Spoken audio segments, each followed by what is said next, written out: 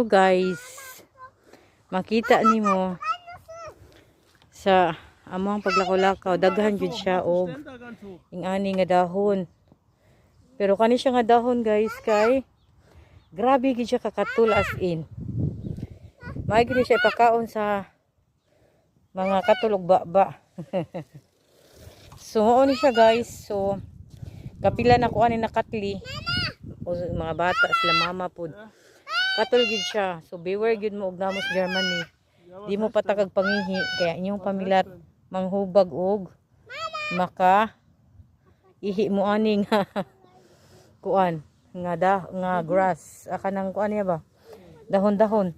Katul gid kani siya as in katul kay manghubag pag gid na ang imuhang finger, imuhang kamot or imuhang bisang asa nga part sa body manghubag siya. Nya it takes time pa nga mobalik siya og agi. So naa siya daghan diri guys, tibuok diri sa kalsada. Tibuok diri hangtod didto. Grass lang siya pero asin katul. Yes.